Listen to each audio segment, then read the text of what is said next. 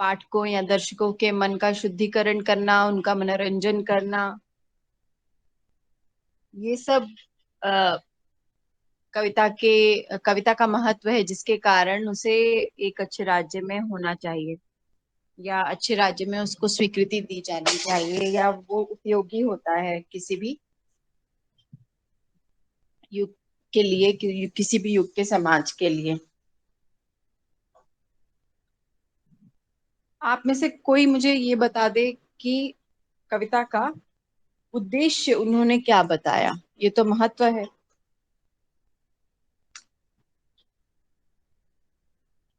काव्य का उद्देश्य या साहित्य का उद्देश्य अरस्तु ने क्या बताया।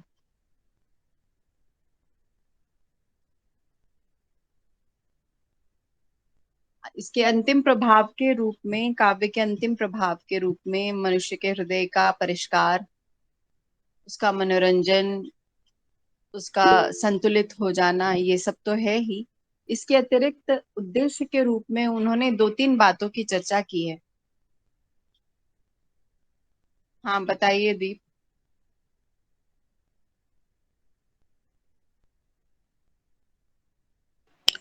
नमस्ते मैम। नमस्ते बेटा।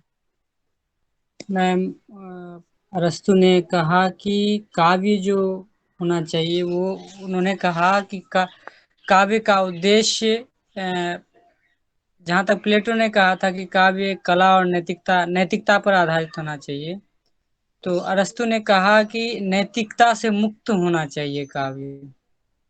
उन्होंने काव्य का उद्देश्य बताया। और उन्होंने बताया कि काव्य में भावनाओं का उद्रेक होना चाहिए, जिससे पाठक को, प्रेक्षक को ये प्रभावित करे, अति भावित करे, और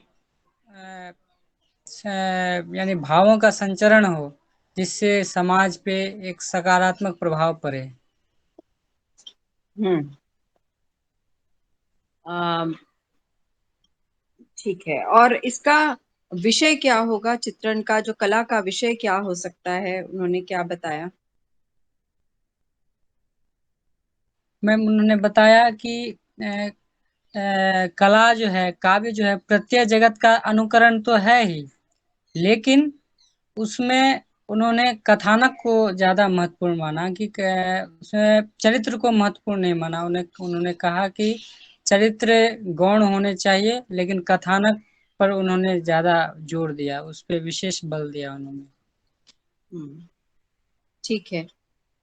मैं जिस बिंदु तक आप लोगों को ले जाना चाह रही थी वो ये है कि देखिए, उन्होंने प्रकृति के चित्रण को उसके अनुकरण के माध्यम से उसका चित्रण करना, इसको तो काबना ही अपने गुरु की तरह, लेकिन उसके साथ साथ उन्होंने जैसा कहा कि क्यों महत्वपूर्ण माना काव्य को, क्योंकि वो केवल नैतिकता का ही नहीं, अ, मनोरंजन पक्ष जो होता है, आनंद पक्ष जो होता है साहित्य का, वो उसको भी रेखांकित करना चाहते थे, और उसको उसके बारे में कहना चाहते थे कि अ, कविता में लिप्त करके, कविता में आप्लावित करके मनुष्य के हृदय का परिष्कार हो जाता है।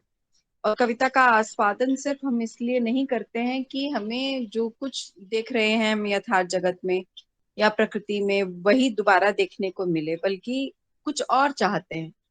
अब उस और चाहने में उन्होंने कहा कि प्रकृति का चित्रण तो करना है कलाकार को या कवि को, लेकिन वो चित्रण कैसा, किस किस तरह का चित्रण हो सकता है। एक ही तरह की त्रासदी में उन्होंने कथानक का जब जिक्र किया, तो वो आप जो कह रहे हैं कि वो कथा का जिक्र कर रहे हैं, कि कथा जैसी स्थूल गोचर यथार्थ जगत में जैसे लोग हमें दिखाई देते हैं, अ, पर्वत, नदी, पशु, व्यक्ति जैसे दिखाई देते हैं, उनका चित्रण करना तो उद्देश्य है ही रचनाकार का। लेकिन उनके बीच में द्वंद्व क्या चल रहे हैं, या उनकी उनके अंदर भावनात्मक प्रक्रियाएं क्या चल रही हैं, ये चित्रण करना भी एक कवि का कर्तव्य है। क्योंकि इसी से भावनाओं का उद्रेक होगा, जो अंदर चल रहा है, जो भावनाएं, जो विचारों का अम, एक तरह से अम, एक लंबा द्वंद्व चलता है मनुष्य जाति के अंदर, वो भावनाओं और विचारों के उस द्वंद्व को दिखाना भी उद्देश्य है कवि का या लेखक का। इसीलिए प्लेटो से वो एक कदम आगे निकल जाते हैं और वो कहते हैं कि प्लेटो तो वो कह रहा है कि जैसा यथार्थ दिखाई देता है, घटनाएं जैसी दिखाई देती हैं, उनका वर्णन करना चाहता है कवि या रचनाकार। वो कहते हैं नहीं, सिर्फ उनका वर्णन नहीं करना चाहता है वो, या उसको नहीं करना चाहिए केवल उसका वर्णन जो बाह्य है, जो बाहर से दिखाई देता है, जो यथार्थ में स्थूल हमें दिखाई देता है, या जो हमारे गोचर जगत की सीमा में आता है, हम जिसे आंख से देख सकते हैं, अपनी इंद्रियों से महसूस कर सकते हैं, केवल वही नहीं, उसके अतिरिक्त भी मनुष्य के अंदर, व्यक्ति के अंदर और समष्टि के अंदर, व्यक्ति के अंदर और प्रकृति के अंदर जो कुछ भी सृजन प्रक्रियाएं चल रही हैं, जो भावनाओं के द्वंद्व चल रहे हैं, उनको पुनः प्रस्तुत करना, उनका अनुभव तो एक मनुष्य अपने जीवन में कर ही लेता है, उनको एक बार फिर कविता में प्रस्तुत करना कथानक के ताने बाने के बीच से, ये भी उद्देश्य है कवि का या लेखक का, ताकि जो भावनाएं अचिन्हित रह गई हैं मनुष्य से सामान्य जीवन में, वो मंच पर अभिनीत होते हुए जब कोई पाठक, दर्शक, श्रोता देखेगा, तो वो फिर से उन भावनाओं के प्रभाव से होकर गुजरेगा। और ऐसा होने से, भावनाओं के उद्रेक के होने से, उसका एक तरह से परिष्कार ही होगा, जो विरेचन सिद्धांत में उसने कहा। और ये करने के साथ साथ जो प्रकृति ने बहुत सारे काम अधूरे छोड़ दिए हैं, प्रकृति में बहुत सारी अपूर्णताएं हैं, प्रकृति में बहुत सारे लोग कष्ट में हैं, असंख्य लोग अभावों में जी रहे हैं, असंख्य लोग अपने जीवन के द्वंद्व और समस्याओं से जूझ रहे हैं, ये प्रकृति उनके सामान्य रूप से हल नहीं निकाल कर देती है। इन अपूर्णताओं को, इन अनिश्चितताओं को भी एड्रेस करना, या उनके बारे में बात करना, या उनको पूर्ण करना, जो प्रकृति ने अधूरे छोड़ दिए हैं काम, उनको पूरा करना भी अ, उद्देश्य है कवि का या रचनाकार का। और इसके लिए वो फिर बाद में जाकर कहते हैं कि किस तरह से वो इनका चित्रण कर सकता है, किस तरह से वो प्रकृति का अनुकरण कर सकता है। हमें प्रकृति, उस प्रकृति का अनुकरण भी करना है जो दिखाई देती है आंख से, उस प्रकृति का अनुकरण भी करना है जो प्रकृति के अंदर चल रही सृजन प्रक्रियाओं में निहित है, उस प्रकृति का चित्रण भी करना है जो प्रकृति में हमें दिख नहीं रहा है, ना महसूस हो रहा है, जो अपूर्ण है, उसको भी पूर्णता तक पहुंचाना है। तो प्रकृति का चित्रण करना है, लेकिन प्रकृति में कुछ निहित निहित स्थूल पक्ष हैं उसके, कुछ सूक्ष्म पक्ष हैं उसके, और कुछ उससे भी आगे चलकर उसकी अपूर्णताएं हैं, जो प्रकृति से भी आगे है, वो उस तक पहुंचना है कवि को या रचनाकार को। तो इसके लिए उन्होंने फिर उसे स्पष्ट रूप में कहा कि प्रकृति जैसी है हूबहू वैसी ही, यानी प्रतीयमान, और जैसी हो सकती है यानी कि संभाव्य, और जैसी वो होनी चाहिए यानी प्रकृति की अपूर्णताओं को पूर्ण करने का सामर्थ्य, उसे आदर्श रूप में रखने का सामर्थ्य भी एक कवि या रचनाकार में होता है। और ये सब करने के लिए उसे अपने मानस में चल रहे विचारों को, भावनाओं को लेकर आना पड़ता है आगे, उसके उसके साथ रंग और रेखाओं की तरह प्रयोग करने पड़ते हैं, और प्रकृति में फेरबदल करना पड़ता है, कुछ प्रकृति में कुछ ऑल्टर करना पड़ता है। और ये ऑल्टरेशन ही जो प्रकृति का दिया गया सत्य है, उससे थोड़ा आगे ले जाता है रचना को। तो उन्होंने कहा कि जैसा सत्य है वह कभी भी संपूर्ण नहीं होता, और क्योंकि उसके एक दो डायमेंशंस को ही, उसके एक दो पक्षों को ही हम देख सकते हैं, वो संपूर्णता से हम उसे नहीं देख सकते। तो इसलिए जो हमारे सामने प्रत्यक्ष नहीं है, प्रकृति के डायमेंशंस या सत्य के जो पक्ष हमारे सामने नहीं है। आपने ये सुना ही होगा कि सबका सच अलग अलग होता है। आप जिस जगह खड़े होकर जिस दृष्टिकोण से आप देख रहे हैं सत्य को या किसी घटना को, आप उतना ही उसका बखान कर पाते हैं। तो विरले ही होते हैं जो उस सत्य के आगे जाकर उसके भीतर चल रहे जो जो द्वंद्व हैं या उसके भीतर चल रही जो प्रक्रियाएं हैं उस सत्य को निर्मित करने वाली, उनको इंगित कर पाता है या उनको चित्रित कर पाता है। तो कवि से ऐसे ऐसी दृष्टि की अपेक्षा है अरस्तु की, और इसीलिए वो कहता है कि इतिहासकार से एक कलाकार अलग हो जाता है, क्योंकि इतिहासकार तो वही वर्णन करता है जो वो देखता है, लेकिन कलाकार उससे भी आगे बढ़कर ऐसे वस्तु सत्यों का उद्घाटन करता है जो सत्य के भीतर घुमड़ रहे थे, सत्य के भीतर चल रहे थे। तो कलाकार जो घटित हो सकता है या हो सकता था, उसकी उसका वर्णन भी साहित्यकार कर सकता है। इतिहासकार तो केवल जो घटना घटी है उसी का वर्णन करता है।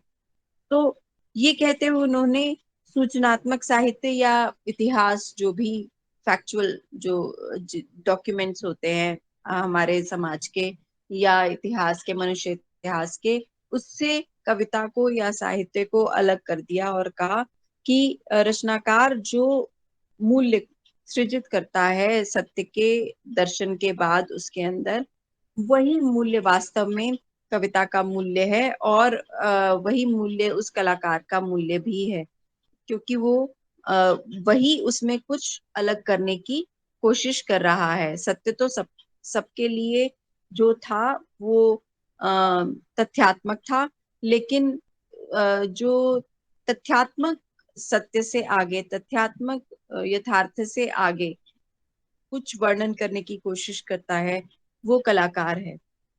और इसलिए उन्होंने इतिहासकार और कलाकार के कुछ गुण भी बताए और कहा कि कलाकार जो है वो अम, जो सर्वमान्य में सामान्य है, यानी जो सार्वजनीन है, सभी लोगों के लिए है, शाश्वत है जो तत्व, उसकी या भावनाओं या विचारों के स्तर पे जो हमेशा रहने वाला है, ऐसे सत्यों की अभिव्यक्ति करने की कोशिश करता है। जबकि इतिहास जो है वो विशिष्ट की अभिव्यक्ति करता है, यानी कि जो कोई विशेष समय में, विशेष देश में कोई घटना घटी है, और उस घटना के जो कारण और जो परिणाम रहे हैं, केवल उन्हीं का वर्णन करता है इतिहासकार। इसीलिए इतिहास विशेष का वर्णन करता है, और कलाकार जो है वो सामान्य की अभिव्यक्ति करता है। फिर उन्होंने इसको और ज्यादा स्पष्ट करते हुए कहा कि मूर्त और वस्तु परक जो है वो इतिहास है, और जो जिसमें अमूर्तता का मिश्रण है, जिसमें कवि की भावनाओं के कारण और विचारों के कारण अ, एक प्रकार का ऐसा अनुभव सृजित हो गया है जिससे गुजरने के लिए पाठकों को भी उस मनोभूमि पर उतरना होता है, उस सीमा तक जाना होता है। ऐसे अमूर्त काल्पनिक दृश्यों या सत्यों की ओर भी कलाकार लेकर जाता है। और इसीलिए इतिहास जो बताता है वो मूर्त घटनाएं या मूर्त सत्यों का पर से पर्दा हटाता है, जबकि कलाकार जो है ऐसे सत्य को उद्घाटित करने की कोशिश करता है जो सभी लोगों को सामान्य रूप से दिखाई नहीं देता, यानी कि अमूर्त है और व्यापक है, यानी कि किसी भी जगह पर, किसी भी समय पर उसकी परीक्षा ली जा सकती है, या उस अनुभूति को जिसको सृजित करता है कलाकार, वो अ, इस विश्व में सभी मनुष्यों के लिए अनुभव के योग्य है या उनके अनुभवों में समान है। जैसे कि क्रोध की, प्रेम की, वीरता की, नैतिकता की, ये सब भावनाएं जो हैं, ईर्ष्या की, शंका की, ये सब जो भावनाएं हैं, ये विश्व में किसी भी जगह के व्यक्ति के अंदर देखने को मिल सकती हैं। तो जो काव्य का सत्य होता है या काव्य का कथ्य होता है, वो सामान्य होता है और व्यापक होता है, जबकि इतिहास का सत्य जो होता है वो विशिष्ट होता है और अव्यापक होता है, यानी कि देश काल उसका निश्चित होता है। इस तरह से उन्होंने विस्तार में इन सब चीजों को अलग अलग जगह पर बताया है, जिसको बाद के आलोचकों ने सिलसिलेवार ढंग से बता दिया। यानी कि काव्य का मतलब क्या है, वो अनुकरण प्रधान होता है, लेकिन प्लेटो के अनुकरण से अनुकरण सिद्धांत में क्या अंतर है और काव्य का उद्देश्य क्या है, इसीलिए वो उसको महत्व क्यों दिया है इतना ज्यादा अरस्तु ने। फिर वो उसका चित्रण कैसे करता है, ऐसे जो विषय है, काव्य का विषय है या उद्देश्य है, उसको पूरा कैसे करता है कोई कलाकार।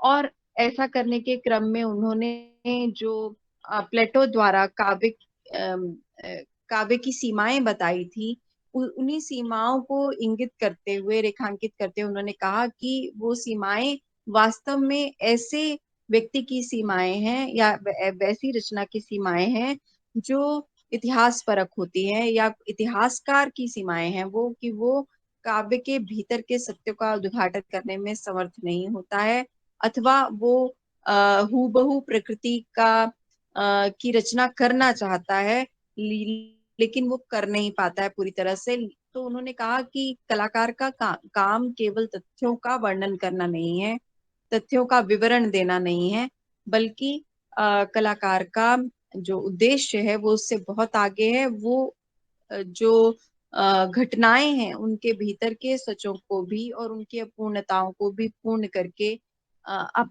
अ, अपने भावनाओं और विचारों के साथ अम, घुला मिलाकर वो कुछ नई वस्तु बनाकर प्रस्तुत कर देता है दर्शक के सामने। और ये जो कुछ जोड़ता है या घटाता है, वही रचना का भी मूल्य होता है, और उसी के कारण कोई रचनाकार भी प्रसिद्धि पाता है इतिहास में। और उन्होंने इसके साथ ये कहते हुए ये कहा कि काव्य जो है वो प्रकृति या यथार्थ का केवल चित्रण ही नहीं है, बल्कि वह पुनः प्रस्तुतिकरण है। पुनः प्रस्तुतिकरण में वो बहुत सारी चीजें जोड़ देता है, जो केवल वस्तुओं के देखने से हमें अनुभव नहीं होती हैं। और अ, उसके अंदर की जो अंदर की जो दुविधाएं हैं, जो सत्य हमें दिखाई दे रहा है, उसमें कथानक अ, के माध्यम से ऐसे प्रभाव की सृष्टि करता है कि वो घटनाएं हम पर विशेष प्रभाव छोड़कर जाती हैं, हम पर विशेष अम, हमें विशेष आनंद देती हैं, और हमारे अंदर एक प्रकार का बोध अ, अपने जीवन और जगत के प्रति जागृत करती हैं, और इससे हमारा मन जो है वो स्वस्थ हो जाता है और हम फिर से अपने जीवन संघर्ष में प्रवृत्त होने के लिए तैयार हो जाते हैं। ठीक है। तो ये अरस्तु का कहना था काव्य के उद्देश्य के बारे में, और काव्य और इतिहास के बीच में भेद जो उन्होंने किया इसके बारे में। तो अब आगे चलते हैं त्रासदी पर। कोई मुझे आप में से बताएगा कि त्रासदी की परिभाषा क्या है?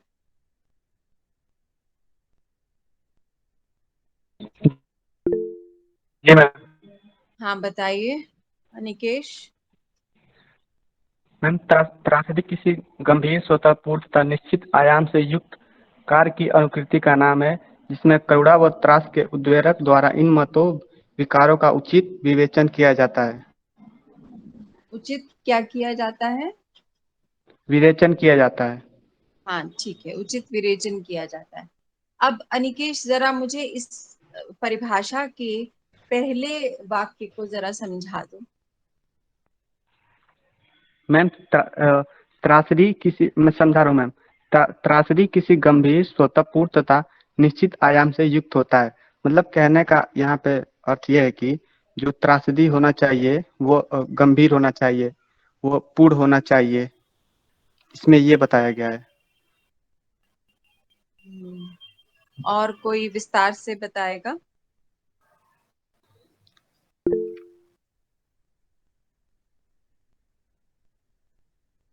दीपानंद बताइए।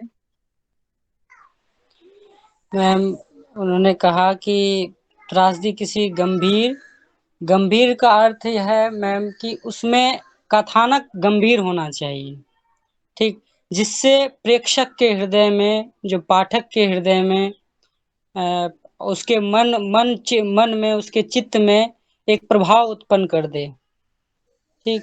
उसके बाद स्वतःपूर्ण, ऐसी कथानक होनी चाहिए जो अपने आप में पूर्ण हो, ठीक। और निश्चित आयाम से युक्त होना चाहिए कि उसमें एक जैसे प्रस्तावना, उपसंहार इत्यादि का समायोजन बहुत निश्चित तरीके से और यानी कि अच्छे ढंग से होना चाहिए, उन्होंने ये कहा।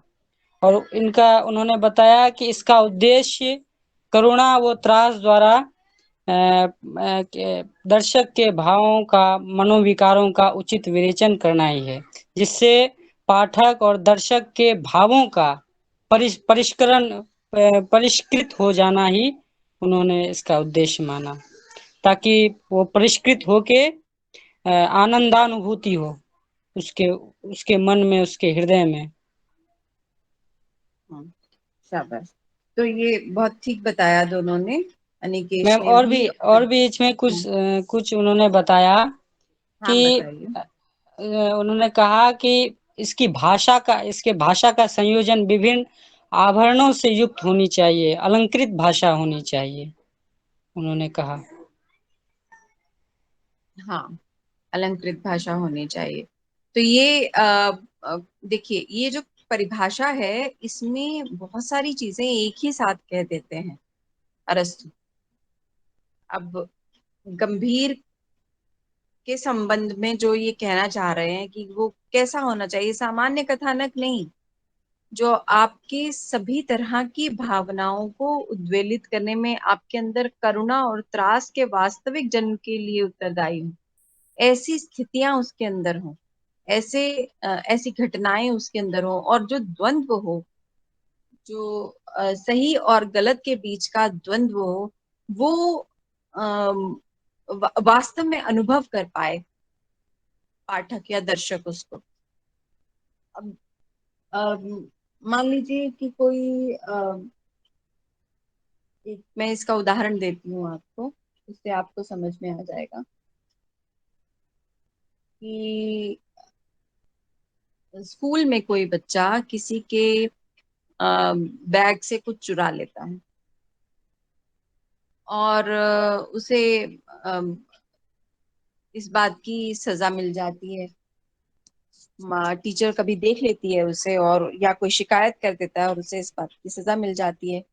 क्या इतने मात्र से उसको अपने किए का बोध हो जाता है? इतने मात्र से वो चोरी करना छोड़ सकता है? नहीं और मैम जो सही और गलत के, हाँ अभी सुनती हूँ, कौन है ये? कौन बोलना चाह रहे थे? मैम मैं कुलदीप बोल रहा था। हाँ कुलदीप बोलिए। मैम उसे जब तक रियलाइज नहीं होगा, उसे खुद मतलब उस चीज की उसे उस चीज का एहसास नहीं होगा, गलती का एहसास नहीं होगा, जब तक कोई भी सजा दी जाए उसे, उसका कोई प्रभाव नहीं पड़ेगा उस पर। हाँ, तो ये रियलाइजेशन व्यक्ति को तब होता है जब, ठीक कह रहे हैं आप, जब उसके परिणामों का जो चरम है उसको देखने को मिलता है। उसे पहले तो रियलाइज हो, एक शर्त ये है, उसे खुद महसूस हो ये बात, और दूसरा ये कि उसको महसूस कैसे होगा कि उसको सही और गलत के बीच में गलत के परिणामों को समझाया जाए ऐसे, या दिखाया जाए जिससे कि उसके अंदर गलत होने का भय या अपमानित होने का भय काम करने से पहले पैदा हो जाए। काम करने के बाद मैंने कोई किसी की चीज ले ली और उससे मुझे डांट पड़ गई, अगर उसकी जरूरत उस वस्तु को चुरा लेने की उस सजा के प्रभाव से कहीं ज्यादा है मान लीजिए, तो कभी भी वो उस सजा से मानेगा नहीं, क्योंकि उसकी जरूरत बड़ी है। अगर मान लीजिए किसी बच्चे को अपनी माँ के लिए दवा लाने के लिए पैसे नहीं है उसके पास, उसकी माँ बीमार है, तो उसके अंदर जो इमोशंस हैं, उसके अंदर जो भाव हैं, वो चोरी के बाद मिलने वाली सजा से ज्यादा तीव्र हैं। तो सही और गलत के बीच का अंतर वो कभी नहीं कर पाएगा, क्योंकि उसे लगेगा कि मैं तो सही काम कर रहा था, मेरी माँ बीमार थी और मेरे पास पैसे नहीं, और मैं पैसे चुरा कर मैं दवा लेने के लिए गया, या मैंने दवा चुरा ली, मैं सही हूं अपनी जगह पर। तो उसके भीतर सही और गलत को लेकर अगर कोई द्वंद्व पैदा ही ना हो, तो कोई इस तरह की कहानी फल नहीं दे सकती है कि सही और गलत का अंतर क्या है, गलत रास्ते की ओर कभी नहीं जाना चाहिए, ये कभी भी हमें सिखा नहीं सकती है। तो जीवन में तो ज्यादातर परिस्थितियां ऐसी होती हैं कि मनुष्य अ, अपने हर काम को जस्टिफाई करना चाहता है, हर काम को वो कहता है कि जी मेरे पास कारण है इसका, मैंने गलत काम भी इसलिए किया क्योंकि मैं मजबूर था। तो एक त्रासदीकार के लिए ये जरूरी है कि वो जब किसी कहानी को दिखाए, तो वो ऐसे दिखाए कि उसके अंदर जो द्वंद्व हो वो भी गंभीर हो, सही और गलत का द्वंद्व, अच्छाई और बुराई का द्वंद्व वो भी गंभीर हो, और उसको उसके परिणामों के साथ इतने प्रभावपूर्ण ढंग से दिखाया जाए कि वो रियलाइजेशन हो, देखने वाले को ये महसूस अनुभूति हो, उसके परिणामों को दिखाया जाए।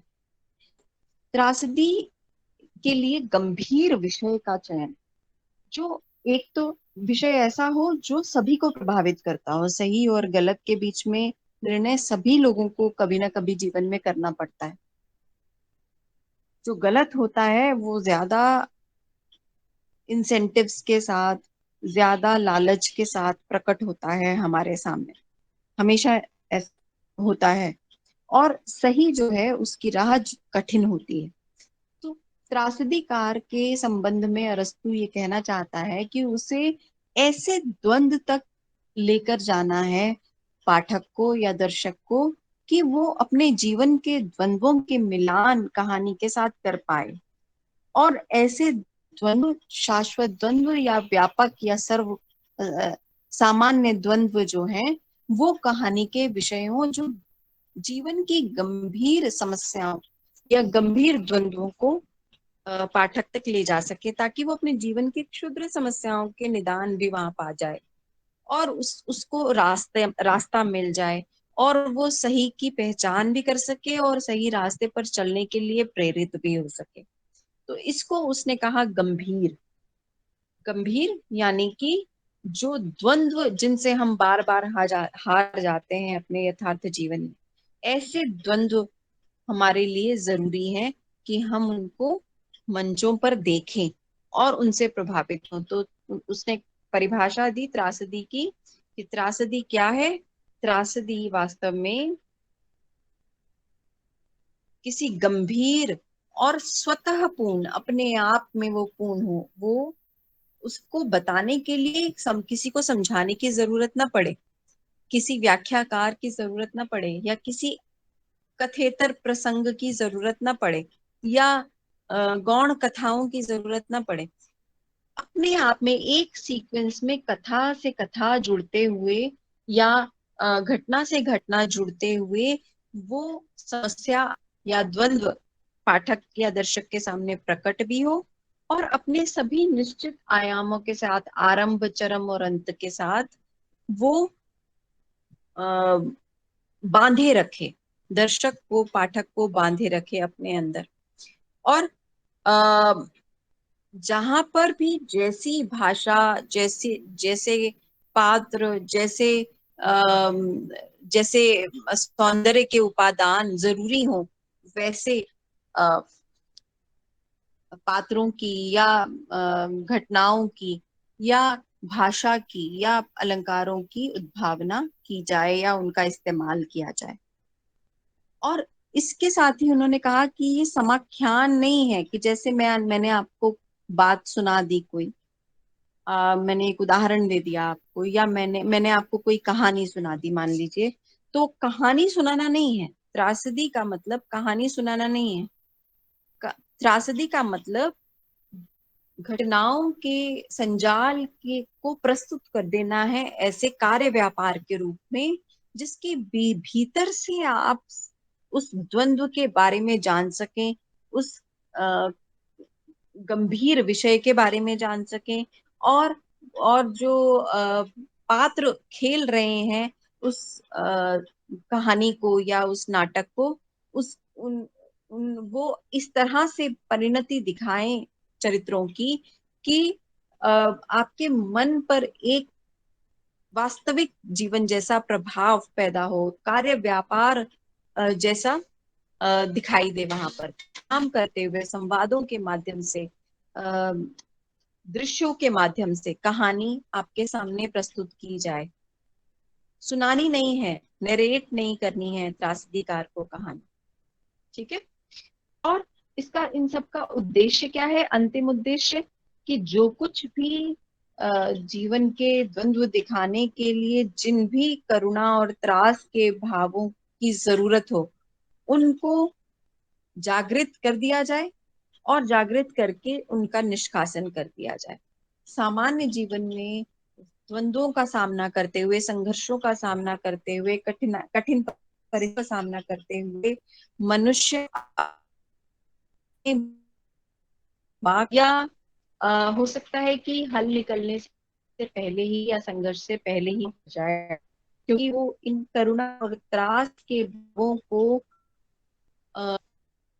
वास्तविक जीवनदायी समझता हो, उसे अच्छा नहीं लगता हो, ऐसे से सहन होता हो। लेकिन नाटक में जब वो इस तरह के भावों को उद्रिक्त होते हुए, जागृत होते हुए देखता है, तो वो बहुत आसानी से देख लेता है, क्योंकि उसे मालूम है कि ये जीवन नहीं है। वो एक कथा को मंचित होते हुए देख रहा है। वो किन्हीं और लोगों को इन परेशानियों से गुजरते हुए देख रहा है। तो एक निश्चित दूरी अ, होती है पाठक की उसके साथ, नाटक के साथ, नाटक के पात्रों के साथ। तो उसके कारण वो केवल उन पात्रों के बीच के या उनके बीच के कार्य व्यापार के माध्यम से ही उन करुणा और त्रास के भावों तक पहुंच पाता है। और इसलिए ये आभास कि वो नाटक देख रहा है, उसके लिए आसान कर देता है अपने करुणा और त्रास के भावों का विगलन। इसलिए आप कभी कभी देखते हैं कि लोग भावुक कर देने वाली फिल्मों को देखकर रो पड़ते हैं, और वो इस बात में बिल्कुल भी कष्ट का अनुभव नहीं करते और आंसू पोंछकर फिर स्वस्थ होकर अपने काम में फिर संलिप्त हो जाते हैं। उनको वो बात बहुत देर तक सालती नहीं है, कभी कभी सालती भी है, लेकिन वो उनके जीवन को सीधे प्रभावित नहीं करती है। तो ये जो मनोविकारों का उद्रेक है, वो एक सीमा तक जाकर उनके हृदय से बाहर छलक जाता है और उनके हृदय का शुद्धिकरण या परिष्कार हो जाता है। तो ये सारी बातें एक साथ एक ही परिभाषा में कह देते हैं अरस्तु कि त्रासदी वास्तव में अनुकरण ही करती है प्रकृति का। त्रासदी गंभीर होनी चाहिए, स्वतः पूर्ण और निश्चित आयाम से युक्त होनी चाहिए। वो कहानी का नरेशन नहीं है, वो कार्य व्यापार को दिखाना है। उसमें भाषा, पात्र और अलंकार घटनाओं के अनुकूल होने चाहिए, और उसके साथ ही त्रास और करुणा का उद्रेक बहुत ज्यादा जरूरी है इसके लिए, क्योंकि इसका उद्देश्य ही है मनुष्य के हृदय का परिष्कार करना। तो ये आप इसकी परिभाषा को जब अच्छे से समझ गए, तो जब प्रश्न आए, मान लीजिए त्रासदी, अरस्तु के द्वारा विवेचित त्रासदी को अपने सभी तत्वों के साथ विवेचित कीजिए या उसका वर्णन कीजिए, तो आपको अरस्तु का अनुकरण सिद्धांत प्लेटो की पृष्ठभूमि में मतलब प्लेटो के बारे में बताते हुए अरस्तु के अनुकरण सिद्धांत को बताना है, उसके प्रभाव रूप में विरेचन की चर्चा करनी है, और ये बताना है कि ये शब्द त्रासदी की परिभाषा में आया था, ये सब भी बता देना है। फिर त्रासदी की परिभाषा भी देनी है, और त्रासदी की परिभाषा को सविस्तार समझाना है, क्योंकि अनुकरण प्रधान होती है त्रासदी, उसमें गंभीर, स्वतः पूर्ण, निश्चित आयाम, इन सभी शब्दों का क्या अर्थ है अलग अलग, वो समाख्यान नहीं, वो कार्य व्यापार का पुनः प्रस्तुतिकरण है, ये भी कार्य व्यापार का प्रदर्शन है, ये भी आपको बताना है। साथ ही साथ समलंकृत भाषा का क्या मतलब है, और मनोविकारों के उद्रेक का क्या मतलब है, ये भी आपको सविस्तार बताना है। तब आप त्रासदी के अंगों या तत्वों पर जाएंगे। ठीक है, ये समझ गए आप सभी लोग कि जब प्रश्न आता है तो आपको अनुकरण सिद्धांत और विरेचन का थोड़ा बहुत जिक्र करके तब त्रासदी पर जाना है। अरस्तु के का जो महत्व काव्य शास्त्र में क्या है और किन कारणों से है, आरंभिक कुछ पंक्तियों में बताते हुए तब आप त्रासदी पर जाएंगे, सीधे त्रासदी का वर्णन नहीं करेंगे। ये समझ पाए आप सभी लोग? Yes yes ma'am. Ma'am. Exam में प्रश्न के बारे में बता रही हूँ, जब प्रश्न आएगा त्रासदी विवेचन, तब भी आपको अनुकरण सिद्धांत और विरेचन सिद्धांत का जिक्र करना है। या तो आप अनुकरण सिद्धांत का जिक्र कर दीजिए, त्रासदी विवेचन कर दीजिए, और त्रासदी के प्रभाव के रूप में विरेचन सिद्धांत को निष्कर्ष या उपसंहार में बता दीजिए। ठीक है, तो ये विस्तार से आपको सभी चीजों की व्याख्या वहां पर करनी है। मुझे लगता है कि समझ गए हैं हम सभी लोग।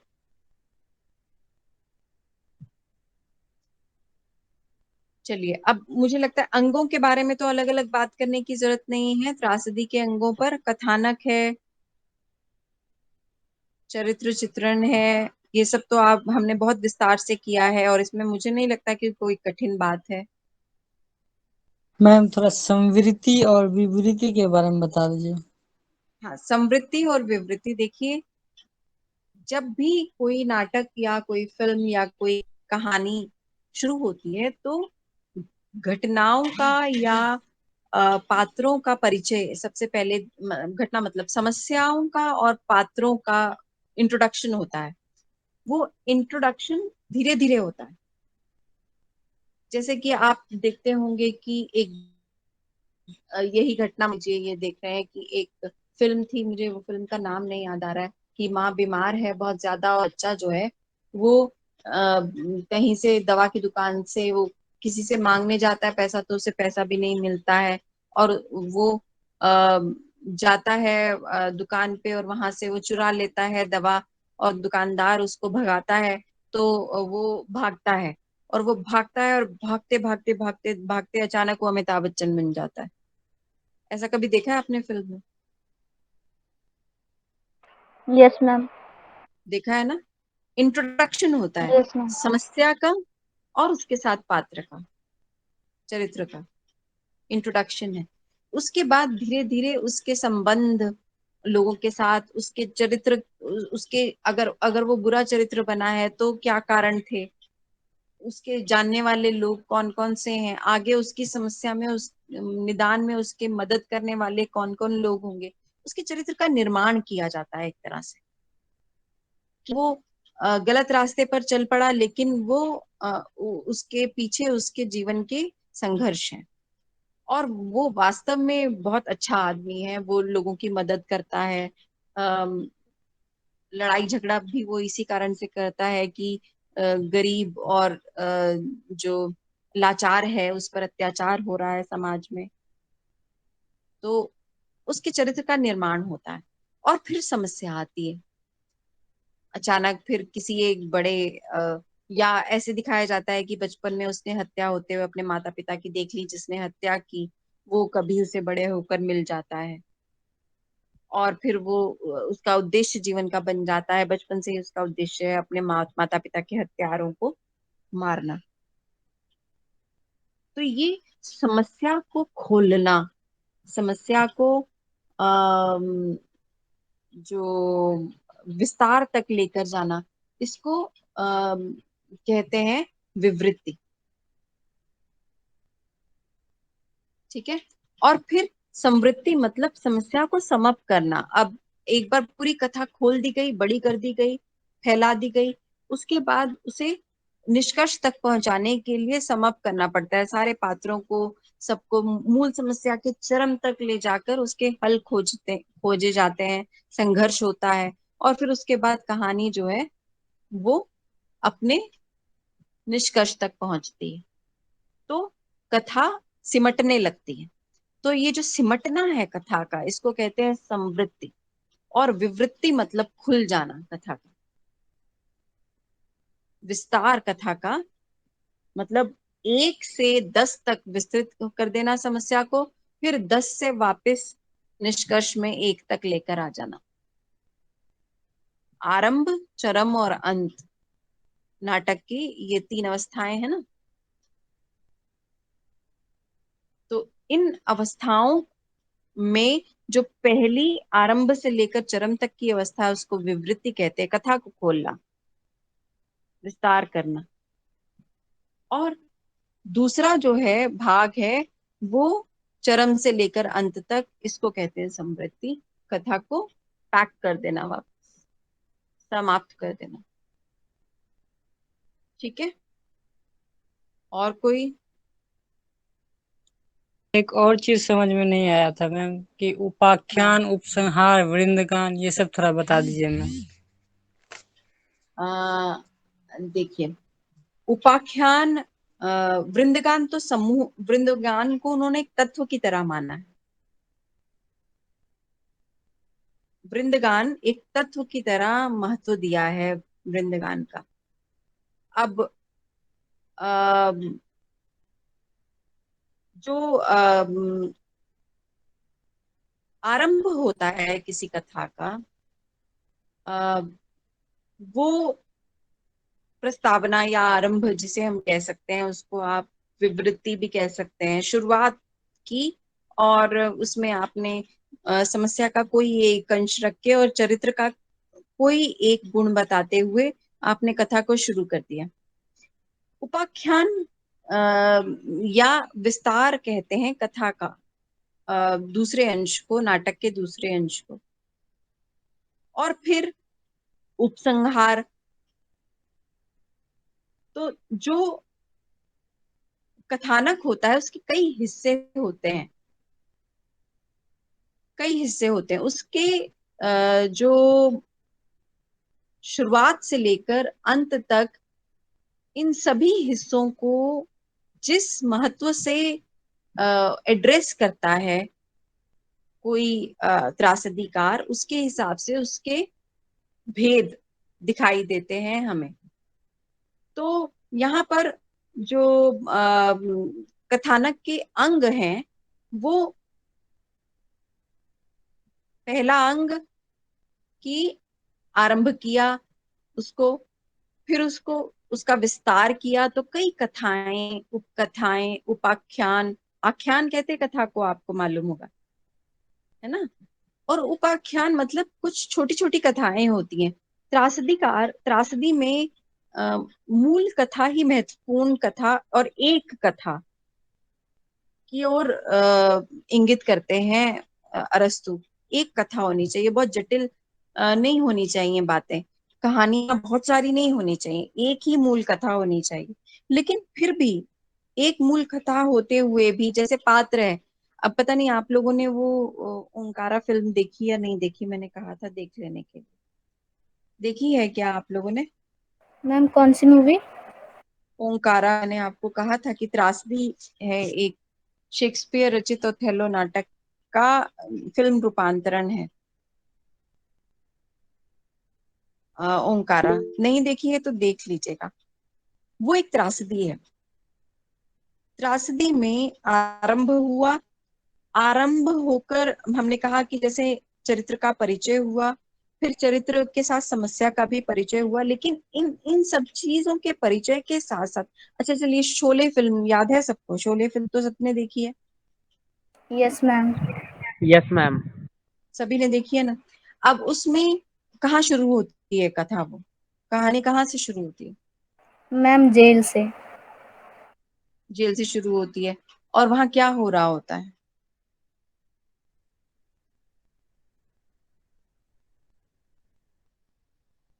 वहां क्या हो रहा होता है, मतलब क्या क्या दिखाया गया है शुरू में? से शुरू होते हैं, लड़ाई से। आ, आपको शुरू में क्या संजीव कुमार दिख जाते हैं शुरू में ही कथा में? मैम शायद दिखते हैं। मैम देख जाते हैं। और वहां पर क्या चर्चा चल रही है, क्या हो रहा है? मैम वो बीरू और उनको जो क्या बोलते हैं उनको, अमिताभ बच्चन जी होते हैं, उनको लेके जाते हैं ना पकड़ के वो। हाँ, तो वो धर्मेंद्र और अमिताभ बच्चन का इंट्रोडक्शन है ना शुरू में। यस मैम बिल्कुल। शोले की मूल समस्या क्या है फिल्म की? मूल कहानी क्या है? मूल कहानी तो कहीं और स्थित है ना, वहां नहीं है जहां पर अमिताभ बच्चन और धर्मेंद्र दिखाई देते हैं।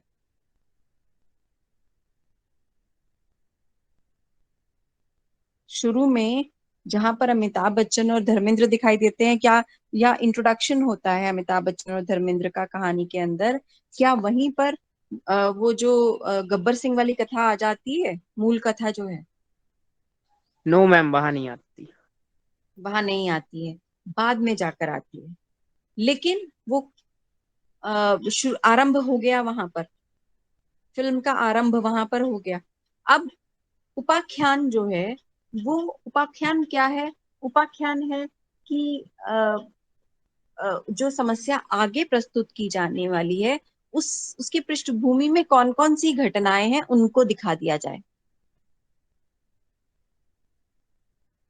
या इस समस्या का निदान जो जो घटनाएं करेंगी उनको दिखा दिया जाए, या उन पात्रों को दिखा दिया जाए, या जो पात्र सहयोगी पात्र होंगे जितने भी, उनके जीवन के छोटे छोटे दृश्य दिखा दिए जाए, उनका इंट्रोडक्शन किया जाए।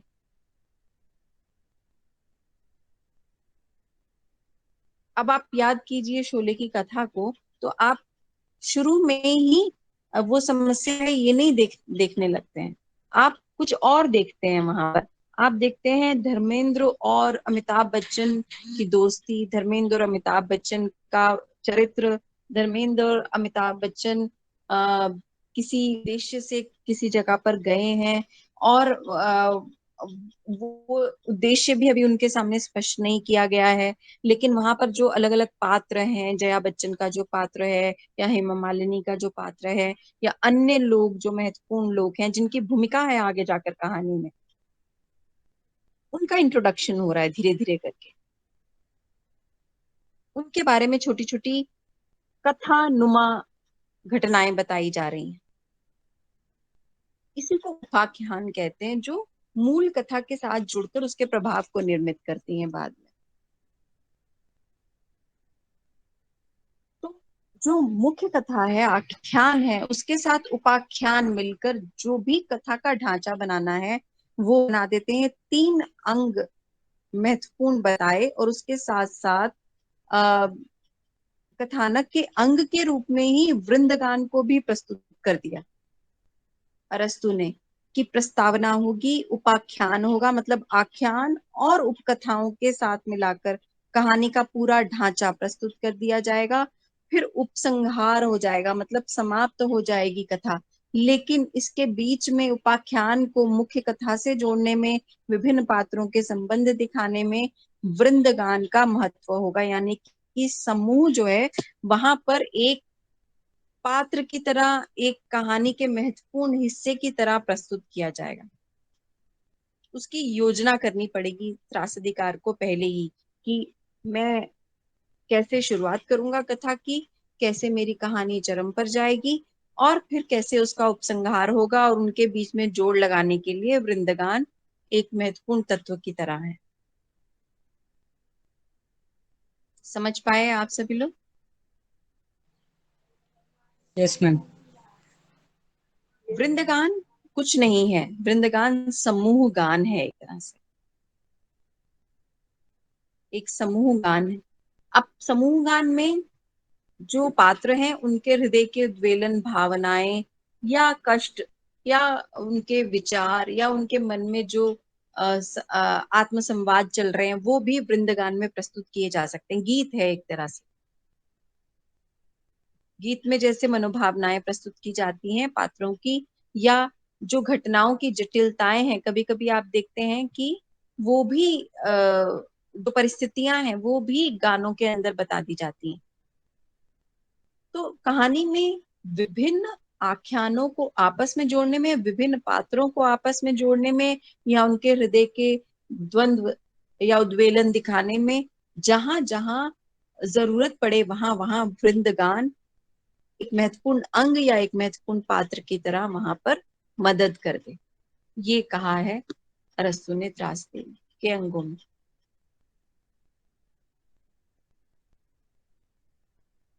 ठीक है।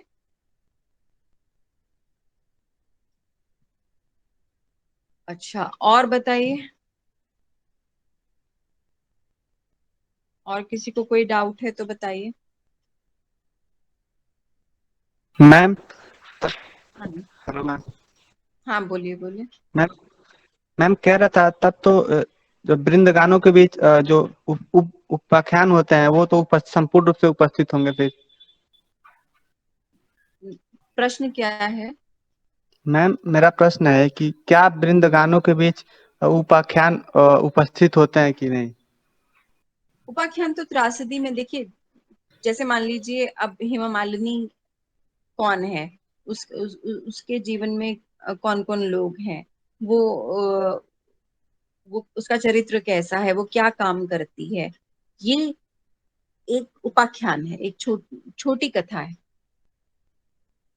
मैम जैसे शोले में वो हेमा मालिनी के कैरेक्टर बता रखा है वैसे।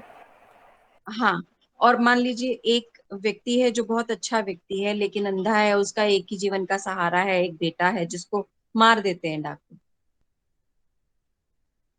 ये उपाख्यान जो है मुख्य कथा के बीच में जो करुणा का उद्रेक करना है, आपके हृदय में करुणा या गब्बर सिंह की क्रूरता के विषय में भावनाएं तभी जागृत होंगी जब ऐसी घटना बीच में आएगी कि वो जो, क्या नाम था उस बच्चे का, एक व्यक्ति था जो अंधा था, जिसको हेमा मालिनी पकड़ के लेकर जाती है मस्जिद तक, पहुंचा देती है। उसके बेटे की हत्या हो जाती है वहीं पर गांव में। उसको अगले दिन जाना होता है नौकरी के लिए। वो अपने सुनहरे भविष्य के स्वप्न देख रहा है, लेकिन से पूर्व ही डाक, तो ये द्रवित कर देने वाली घटनाएं जो हैं, ये मुख्य कथा की सहायक कथाएं हैं, ताकि वो उनके बीच जो भय की भावना, करुणा की भावना, गब्बर सिंह के प्रति वितृष्णा की भावना या क्रोध की भावना पैदा करनी है, उसमें सहायक हो, आपके अंदर भावनाओं का उद्रेक कर सकते। जितनी भी महत्वपूर्ण घटनाएं मुख्य कथा के प्रभाव को निर्मित करने के लिए जरूरी हैं, वो सभी घटनाएं बॉडी है त्रासदी की, महत्वपूर्ण है त्रासदी के लिए। ठीक है। और उसके बीच के जोड़ को, उसके बीच की जो करुणा का भाव या कष्ट का भाव या प्रेम का भाव या दया का भाव, जो भी आपके आपके मन में भाव जगाना चाहता है त्रासदीकार, वो घटनाओं के माध्यम से भी आ सकता है, और जहां पर जरूरत पड़े वृंदगान के माध्यम से भी आ सकता है। समूह गान, वृंदगान मतलब समूह गान के माध्यम से भी आ सकता है। तो कथा वृंदगान के बीच में उपाख्यान आए कि कहानी नरेशन की तरह वृंदगान में सुनाई जाए, ये ये नहीं हो सकता है। कथाएं तो कथा तो कार्य व्यापार के रूप में ही दिखाई जाएगी, लेकिन उस कथा के प्रभाव को निर्मित करने के लिए समूह गान या वृंदगान की जरूरत पड़ेगी। नरेशन नहीं होगा, कथा का नरेशन नहीं होगा समूह गान में। शायद मैं उत्तर दे पाई आपके प्रश्न का, निकेश। जी मैम, समझ गया मैम। और पूछिए। मैम, जो हाँ, वृंदगान है उनको अरस्तु ने 3 भाग में ही किया है ना मैम? कंफर्म नहीं हो रहा था। क्या कह रहे हैं, फिर से पूछिए। मैम, जो वृंदगान है अरस्तु ने इसको हाँ, कितने भागों में विभाजित किया है? 3 भाग में ही विभाजित किया है ना? पूर्वगान, उत्तरगान, सम्मिलित गान, जैसे आपने बताया था। मैम ये मुझे भी कंफर्म नहीं हो रहा है। देखिए, वृंदगान के प्रकार मत कीजिए या उसको भाग भाग मत कीजिए। त्रासदी के भाग हैं ये, जो समृद्धि विवृत्ति जो आप जिसकी बात कर रहे हैं ना, जी मैम। ठीक है। वृंदगान जो है एक भाग है त्रासदी, खुद एक भाग है त्रासदी का। अब पूर्वगान उत्तरगान ये तो जब शुरू में आ जाएगा तो पूर्वगान हो जाएगा, जब बाद में आएगा तो उत्तरगान हो जाएगा, वो अलग बात है। उतनी इतना डिटेल में मत जाइए, छोड़ दीजिए उसको, ठीक है। त्रासदी के भाग हैं आरंभ और चरम और अंत। अब उस आरंभ में समृद्धि विवृत्ति, पहले जो कथा का विस्तार विस्तार है उसको विवृत्ति कहते हैं, और समृद्धि कथा को समाप्त कर देने को कहते हैं। समझ लीजिए इसको, वहां पर शब्दों में हेरफेर हो सकता है इक्का दुक्का, लेकिन इसको समझ लीजिए कि जब आरंभ से लेकर चरम तक है तो कथा अपने अपने आप को जहां खोलती है उसको विवृत्ति कहते हैं। विवृत्ति मतलब विस्तार कर देना, समृद्धि मतलब उसको समेट लेना कथा को, ठीक है। आप कभी कभी कहते हैं ना कि कथा फैला तो दी निर्देशक ने बहुत, लेकिन उसको समेट नहीं पाया ठीक से, कहानी का अंत ठीक से नहीं पाया। तो आप समस्या का विस्तार कर देते हैं, पात्रों के बारे में बता देते हैं, कथानक के बारे में बता देते हैं, कथानक की शुरुआत कर देते हैं, लेकिन जब उस समस्या को जिसको आपने रखा और उसका अंत अगर ठीक से नहीं कर पाते, उसे जस्टिफाई नहीं कर पाते, तो फिर वो पक्ष कमजोर रह जाता है कथा का। तो कहानी का खुलना, कहानी का पूर्ण रूप से खुलकर सामने आ जाना, समस्या क्या है पता चल जाना, शोले में आरंभ से लेकर गब्बर के आतंक तक अनुभव का सृजित हो जाना विवृत्ति है।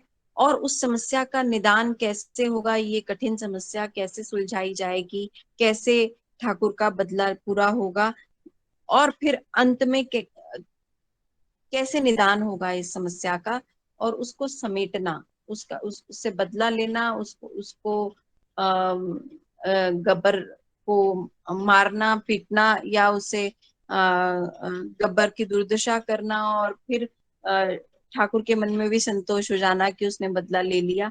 ये कथा का सिमटना है, कथा का समाप्त होना है, समाप्ति की ओर जाना, उसको कहते हैं समृद्धि। तो ये 2 पक्ष हैं कथा के, 2 हिस्से हैं कथा के। तो जो पहला है वहां पर हो सकता है कि आपको थोड़ा शब्द आगे पीछे गलत होगा, तो आपको दिक्कत हुई हो समझने में कि क्लाइमेक्स तक या तक जो है विवृत्ति को कहते हैं, और जो कथा का उतरना या समाप्ति की ओर जाना है उसको समृद्धि कहते हैं, ठीक है। Yes ma'am.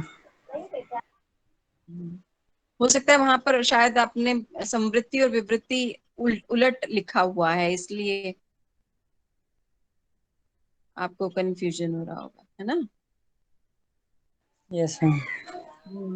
उसको करेक्ट कर लीजिएगा। मैंने जो स्लाइड भेजी है ना, मैंने जो स्लाइड भेजी है, एक तो उसमें कुछ स्पेलिंग मिस्टेक्स भी हैं, और उसमें समृद्धि और विवृत्ति को भी उलट, मैंने जब पढ़ाया था तब भी बताया था कि क्लाइमेक्स तक, चरम तक पहुंचना विवृत्ति, कथा का खुलना, और कथा का सिमटना जो है वो समृद्धि है, ठीक है। इसको सही कर लीजिएगा अगर वहां पर गलत दिया हुआ है। और पूछिए, त्रासदी के अंग या तत्व में से कुछ किसी को डाउट हो तो।